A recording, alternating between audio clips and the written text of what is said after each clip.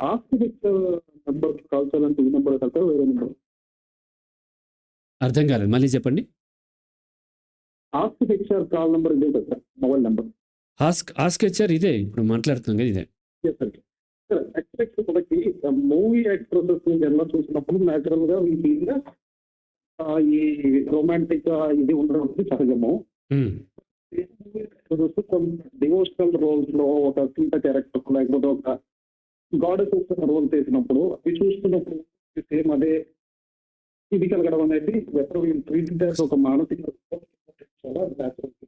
మళ్ళీ ఒకసారి చెప్పండి. మూవీ చూస్తున్నప్పుడు మళ్ళీ చెప్పండి. జనరల్గా మనం మూవీ చూసినప్పుడు రొమాంటిక్ రోల్స్ యాక్టర్స్ వస్తారు సార్.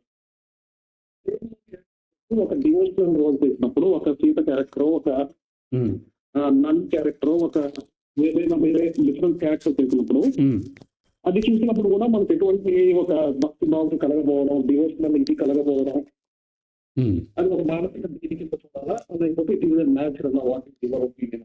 న్యాచురల్. ఎందుకంటే ఆమె ఆమె రొమాంటిక్ సీన్లో యాక్ట్ చేసినా చేయకపోయినా అక్కడ ఉన్నది ఒక ఫీమేల్ ఎవరైనా సరే, ఎవరి మీదైనా సరే మేల్కి సెక్షువల్ థాట్స్ రావటం, రొమాంటిక్ ఫీల్ రావటం అనేది కంప్లీట్లీ న్యాచురల్. అలా రాకూడదు అనేటువంటి కండిషన్ పెట్టుకున్నప్పుడు వాళ్ళు మానసిక సమస్యలు ఎదుర్కొంటారు. రైట్. భక్తి భావం ఎందుకు కలుగుతుంది? డివోషనల్ అంటూ ఏమీ లేదు.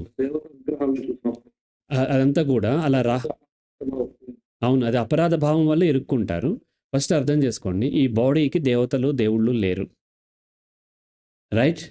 సో ఈ బాడీకి తెలిసింది ఏంటంటే ఫీమేల్ మేల్ అంతే.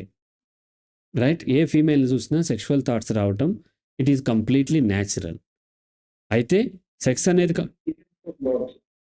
గాడ్ లేడండి బాడీకి. గాడ్ లేదు, గాడీకి ఫీమేల్ ఉంది అంతే. అది ఫీమేల్ గాడ్, మేల్ గాడ్ కాదు, ఫీమేల్ ఆర్ మేల్ అంతే.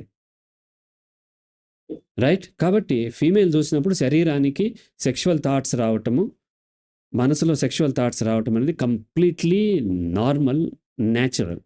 అలా వద్దు అనుకోవటంలో రిలీజియస్ ఓసిడీలో ఇరుక్కుంటారు. అయితే సెక్షువల్ యాక్ట్ వేరు, థాట్స్ వేరు. అది ఫీమేల్ గాడ్ మీదే కాదు, లేదంటే ఫీమేల్ మీదే కాదు, మామూలు మనిషి మీద కూడా సెక్షువల్ యాక్ట్ బిహేవియర్లోకి మారదు. మారితే అది క్రైమ్ అవుతుంది, అది తప్పు. అది ఎవరిని కూడా, ఏ వ్యక్తిని కూడా ఇంక్లూడింగ్ వైఫ్ తన పర్మిషన్ లేనిదే మేల్ ముట్టుకుంటానికి లేదు, ముట్టుకోరు కూడా. Sex can be controllable, but sexual థాట్స్ని కంట్రోల్ చేసుకోవాలనుకుంటే ట్రబుల్లో పడతారు. It is completely natural. ఒకవేళ దాని గురించి ఇంకా వర్రీ అవుతున్నారంటే దాన్ని రిలీజియస్ ఓసిడీ అని మనం పిలుస్తాము. వాళ్ళు కౌన్సిలింగ్ తీసుకోవాల్సి ఉంటుంది. రైట్.